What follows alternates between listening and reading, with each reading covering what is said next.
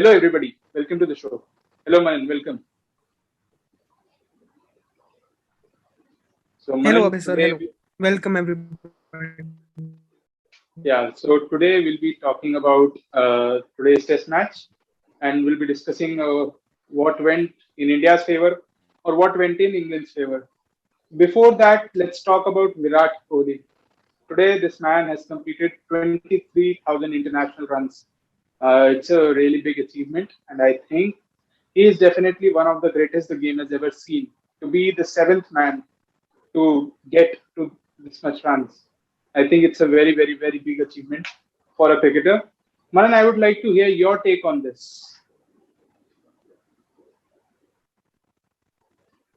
Obviously, undoubtedly, is one of the best batsmen of our generation and arguably the best three format batsmen we have as an all time Indian and even the best of his generation. Definitely. And if you look at the way he's been playing to get to that milestone just in 490 innings, I guess 30, 40 innings less than Sachin Tendulkar. It's a great achievement for a player. And we believe that, I certainly believe that he has the potential actually to be there in the top three who've played the game ever. Because we know he cannot, realistically, he cannot overtake Sachin Tendulkar. It's a fact. People might say when it comes to ODI cricket, yes, he has a chance. Agreed. But if you look at the way international cricket is going on these days, too much of cricket, too much of leagues, I don't think the bodies are going to survive that much. And we'll start with the test match after we finish about Virat Kohli. What I was going to say, eh, uh, what's been hallmark of his career is that is fighter attitude and the way he's battled. Even in his bad times, you see the way he's been batting. I think excellent, and that's where you see how characters are. People might not like you, your aggression. People might have reservation with your attitude on the field, but the best part of Virat Kohli has been that he's been the player that he was since the day one. He hasn't changed himself on the field. So I think that's been the hallmark for me for Virat Kohli. Now, Manan, let's basically talk about the test match. I'll start with the toss. As usual, Virat Kohli lost the toss. And then we see a decision that's been made that Ravi Chandran Ashwin is still not playing in the 11. What was your take on that? We'll discuss about that first.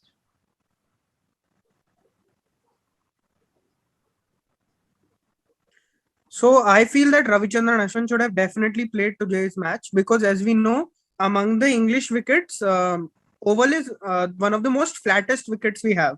And on a flat wicket, you need bowlers with pedigree, with pure experience who can bring the game in your favor, not just thinking about the balance of the side is helpful in on a flat deck. Yeah, but I think the template that India has been following, I think it is somewhere wrong. India should get in someone like Ravi Chandran Ashwin. I think it's unfair. A person with 400 wickets in Test cricket and he's sitting out for four consecutive Test matches. I think Virat Kohli and Ravi Shastri on that factor really need to look into the setting of the team and the way the team is going on. Because, because if you see someone like Ravindra Jadeja has given you 10 runs, you can say yes, he's a batting all rounder, but he's given you just 10 runs today. I think Ashwin would have also provided you those 10, 20 runs. And the way Ajinkya Rahane is batting, you could have easily had someone like Jadeja batting at 5 and maybe Ashwin also playing with him because Ajinkya is not in the best of forms. So I think Ashwin is a must and team management should at least take take note of this that he is one of the best bowlers that we have in the country.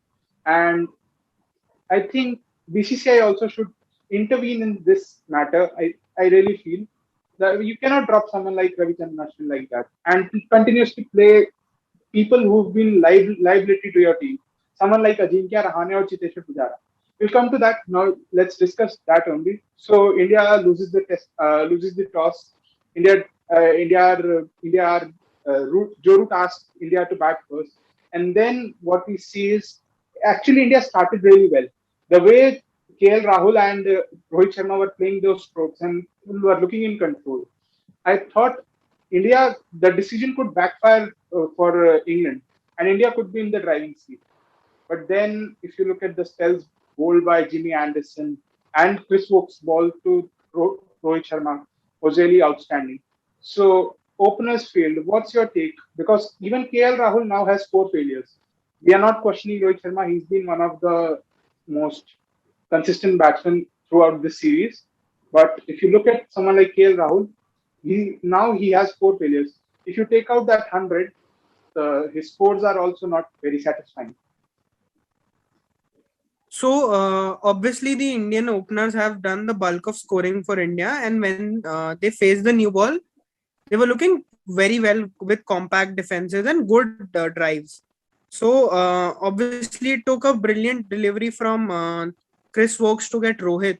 So we can't complain on Uh, that. But I wanna interrupt in that. I think it wasn't that good delivery, to be very honest. I think he also misjudged the length. He was beaten by the length because I think he was playing close to the body. That's really good, but I thought he was tentative to play the length ball, but it actually bounced from short of length, back of length delivery that bounced a little bit more.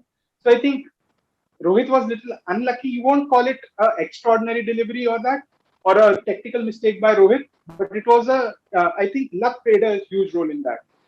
Yeah, yeah, so we can't really complain on the Rohit's dismissal. But I also think that KL Rahul has tried to set himself into the game, but hasn't really settled except for the century which he got at Lords. So he should also be looking not as seriously as a Rahane or a Virat, but still he should be looking at the mistakes he's doing and improve in the coming innings. yeah. So now let's talk about our middle order, which has been the question mark in this series, as they say. Uh, I remember doing a show with Gurkirat Singh Gilji, and he rightly pointed out that you cannot question a multi-format batsman, all-format batsman, who's been such a great servant of the game, who's one of the best that we have. And Virat Kohli actually proved it with that gutsy 50. It was a great knock. The way he was playing those on drives and that straight drive, he was looking in control, except that one edge that I think Joe Root missed out, but he was batting well. And that's what I've been saying to everyone who's been coming to my show, or the people who've been coming have been saying it to me, that he is somehow looking in control, but after getting to those 50 40s, he's not been able to convert. And we believe that he can do it. I do feel players with of his caliber sometimes go through these kind of patches, and I think he'll be back. But what's the matter of real concern is Chiteshwar Pujara, India's number three, and I think Ajinkya Rahane. Last match, Pujara scores in 91. Everyone is like, never write off a test specialist, this and that. I know everything. People have different point of view. Someone like Sunil Gavaskar has been backing them, and all the legends of the game. Some have been backing, and some really feel that we need to induct in some new people. But I seriously feel it is the right time to say goodbye to at least one of them. You cannot carry two liabilities in your middle order. And if you look at Ajinkya Rahane's stat, since 2016, just two hundreds, 200s in international cricket. And now he's averaging even less than 40. That is 39 point something. So I think it's really a matter of concern. And I think, Manan, before we move on to Shardul Thakur's innings and talk about it, I had something in mind, and I really want your opinion on that. What's your take on India's batting coach? If you look at Indian batsmen, they've been getting out in the same pattern, and I don't understand what's the batting. What is the role of batting coach? What is he trying to do? Virat Kohli has been nicking that fourth stump balls, fifth stump balls. Today, we'll all agree that yes, he got a good ball after getting to the 50. That was fine. But Virat Kohli has been getting out in the same fashion. Rohit Sharma has been pulling the ball and then giving it in the hands. Same mistake again, again, and again. And then if you look at someone like KL Rahul, Chiteshwar Pujara, same mistakes are being repeated. So what's your take on the batting coach? No one's talking about the batting coach. Yeah, Everybody is I blaming the also players. thought a lot about how the coaching must be on the back end, because when we see Vikram Rathor's tenure, we haven't seen a batsman who has really flourished in his tenure. We have seen Exactly. batsmen who have been stable at best, and batsmen which have shown new weaknesses, like Yeah. Pujara. And Virat Look, has been, you can say, stable. So I think when India, after the T20 World Cup, look at trying a new coach, they should also try new support staff. look. One thing is, as they say at international cricket, you don't need that much coaching, and I agree on that. But it is that fine tuning that the batsman does not commit sin Exactly, exactly. again and again, and your batsmen have been repeatedly doing same mistakes. So I think batting coach should be held accountable. He cannot escape every time. He's not there to just come for the press conference and just say whatever he wants, that he's True, been true, working very with the true. bowlers. He is not. His job is not to work with the bowlers. His job is to work with the batsmen, and that's what I feel. Now, Manan, let's talk about the star of this. What you say this day? That was Shardul Thakur. 57 runs. That's six of pull to Chris Wokes. Fantastic. The way that boy was batting. We all know his capabilities. And we definitely, while we were discussing about the World T20, everybody has had a view that he should definitely be in the 11 as an all rounder. Maybe for Mohammad Shami. You can have someone like Jasprit Bumrah, Shardul Thakur, and the other third fast bowler, whosoever fits in. So I think Shardul Thakur is a potential all-rounder and can be a match winner for India. And obviously, he's a golden arm as well. What's your take on his excellent innings? 57 runs. I know bowlers don't have that much pressure. He was pressure free Yeah, yeah, because yeah. whatever runs he could add, that would be bonus for India. And he actually uh, made sure that India has a fighting total. The bowlers have the chance. So what's your take on his innings? So India was around at 120 when he came into bat, and everybody was expecting a 150 all out. So obviously, England bowlers didn't really need to build a lot of pressure, but no denying credit to Shardul Thakur, who all of us know bats in the top six in the Ranji and Liste matches for Mumbai. So he's a very good batsman, and usually he's played test match style innings, but today he showed his limited over skills as well to the red ball, to test quality bowlers, which was a sight to behold. Hardly missing the ball, judging it really well, going completely with the strokes or with the defense. Those No, drives. no confusion in his mind. You could see that he has a proper batsman's mindset, and I think he can be a very good finisher for India, uh, and a very good lower order batsman. Most probably he could fit in at 7 at some point in his career. Yeah, I'll be honest. You cannot make him a finisher or as such, but he has to be your bowler who can bat and give you crucial runs when your batting Yeah, order the same, fails. So I a think, very similar I role think, which Chris Wokes has in the English team. You can yeah, expect him yeah, to do that. exactly. You rightly pointed out Chris Woakes' role, and I really feel that he should definitely be batting at 7 or 8 for India in whichever format he plays, and he's been doing his job really well. If you look at the T20 World Cup uh, in a larger perspective, if you look at that, he can bat at 8 after Hardik and Jadeja 6 and 7. He can play that Definitely, crucial role. definitely. He can play that crucial role for India. So now, Manan, let's talk about India's bowling as well. England are, I guess, 53 for 3 or 54 for 3. Yes, 53 for 3. Yeah, and the way Indian bowlers started, kudos to Jasprit Bumrah, the way he was bowling. I just came from Brilliant. the I'll tell you, I just came from the gym. Oh, switch on the TV. The very first over that since I came back from the gym, Jasprit Bumrah comes in, gets off Rory Burns, and then gets off Hasib Amit in that very over. And the way he was bowling, outstanding. And you got to give credit to Umesh Yadav, Joe Root, who's been sublime in this series, who's been getting so many runs. I think it was his first or second failure in this entire series, the way Joe has been batting, and to get Joe Root out early for it's a big boost for India. Tomorrow, when Indian team is going to go to bat, I think they are going to be really confident. uh, because when they are going to bowl, especially, and India is definitely going to try to uh, get England under 140, 150, 160. What's your take on that? So I feel the match is completely in balance right now. And obviously Shardul was the turning point, but credit to the Indian bowlers who put a lot of pressure on English batsmen first up, especially Bumrah, who is looking at his best. And a few play and misses. If he would have gotten the wickets, he could have been England could have been 4 or 5 down as well. And obviously Exactly. credit to Umesh, who I think it was a good move to give Umesh the new ball ahead of Siraj, because he's a pure swing bowler and he could exploit conditions well. And he showed it with dismissal of Root. Yeah.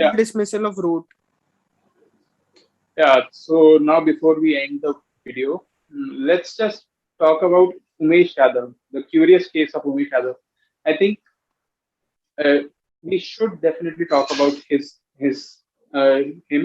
If you look at someone like Umesh Yadav, whenever India plays in Indian conditions, in the home conditions, I think he would definitely be the second member after Ravichandran Ashwin to be on that playing sheet. Indian team definitely puts him when it comes to bowling in Indian conditions. He's been doing the tough job since so many years, and now he's finally got an opportunity overseas as well. Although due to workload management, Mohammad Shami having a niggle, that's the only reason why someone like Umesh Yadav is playing. But I really feel that even Umesh Yadav deserves this opportunity because he's been doing really well in India, and now maybe it's high time that he translate those performances in the overseas tours because he's been failing in the overseas tours. Uh, but if he can deliver it here, I think that will be a big boost for India. That India really have 7 to 8 fast bowlers who are actually ready, and each of them is as good as the other. So Yeah, I yeah, think yeah. it's really important So that people talk Umesh. about India putting out two world-class playing 11s. Maybe that's true, maybe that's not, but definitely India can put out two world-class pace bowling attacks at any day. Look, And when you talk about we have limited overs, I really feel India can put out 2 11s. That's for sure. But when you look at Test cricket, I'll be honest. We are we are fortunate enough that we have some players like Rohit, Virat, and you can say KL Rahul to some extent, or maybe Rishabh Pant as well. Rishabh Pant hasn't been that great in this series because these conditions don't really favor the kind of natural play and the natural game that he has. But still, these players have been integral part of the test side or have been doing great work when it comes to all the formats. Not only talking about test cricket, but in general, all the formats. So India is really fortunate to have them. And when it comes to fast bowling, I think Virat Kohli, the captain, deserves a lot of credit to get in that fitness culture, which was important in Indian cricket, and to have those fast bowlers because we had fast bowlers back then as well. But what did they lack? That was fitness. If you look, Sri Sant initially used to bowl around 140, 145, lost his pace because of injuries. Someone like Zach had so many injuries. Ishan Sharma initially wasn't that great, but then somehow that the fitness culture and all those changes have actually been favorable to Indian fast bowlers as well. And he is a fast bowling captain. That's a big plus. But definitely, I think he should definitely think on his strategy or whatever that his what you say his pattern is in the playing 11. They should definitely add someone like Ravi Chandran Ashwin. You cannot ignore a person definitely, who's got definitely. 400 wickets. You cannot ignore him. And Yeah, I definitely. hope, I really hope India does well tomorrow, gets England out Yeah. cheaply, and then our batsmen can put on a good score on the board and really hope we can get the series. Thank you so much, Manan. It was fun talking to you. We'll meet maybe in 2 to 3 days again on the show only. So thank you so much. Thank you for having me.